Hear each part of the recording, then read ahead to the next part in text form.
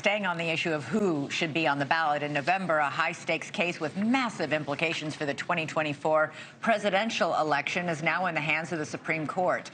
Can former President Trump be removed from the ballot in Colorado because of his actions on January 6th? Justices heard arguments today that Trump is ineligible for the upcoming Colorado primary in March because he violated Section 3 of the 14th Amendment. The Civil War-era clause bars insurrectionists who once took an oath to uphold the Constitution from ever holding office again. The Colorado Supreme Court barred Trump from the ballot based on that back in December. Trump's legal team argued today that the clause doesn't apply to the former president. They say that under Section 3, the president is not an officer of the United States, and that disqualifying Trump would require, in fact, an act of Congress. Let's go now to NewsNation's Kellie Meyer, live for us from the Supreme Court. Kellie, how did the arguments play out today? Yeah, and from the looks of it here, Elizabeth, it seems likely that these justices right now will go against Colorado and decide to keep former President Donald Trump on the 2024 ballot in Colorado. But of course, that decision has yet to be made. It could come rather quickly because the Colorado primary is now just a few weeks away on Super Tuesday on March 5th.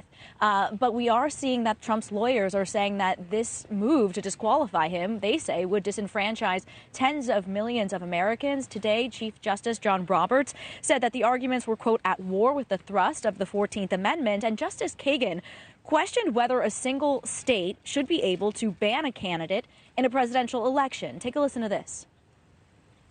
What's a state doing deciding who gets to who other citizens get to vote for president?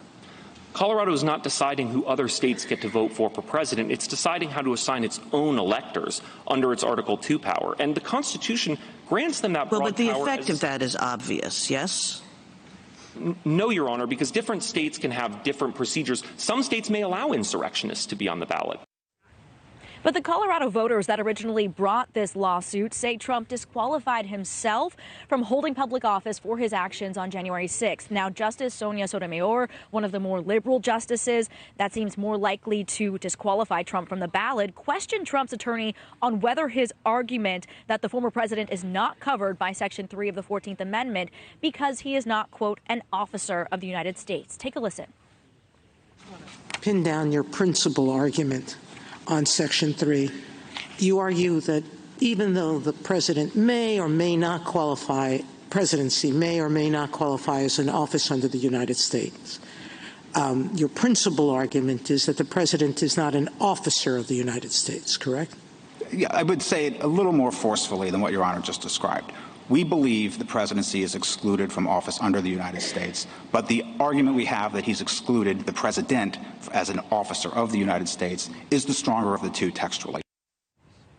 And Elizabeth, that debate over office or officer came up quite a bit during these oral arguments. When they actually tried to move on, Justice Kagan came back and said, well, can we come back to this officer stuff? And it actually was a moment where the courtroom actually broke out in laughter and was a moment of more comedic relief in a rather consequential oral argument. Yeah, a rare moment of levity. Kellie Meyer at the Supreme Court for us tonight. Thanks. Thanks so much for watching. Go to joinnn.com to find NewsNation on your television provider.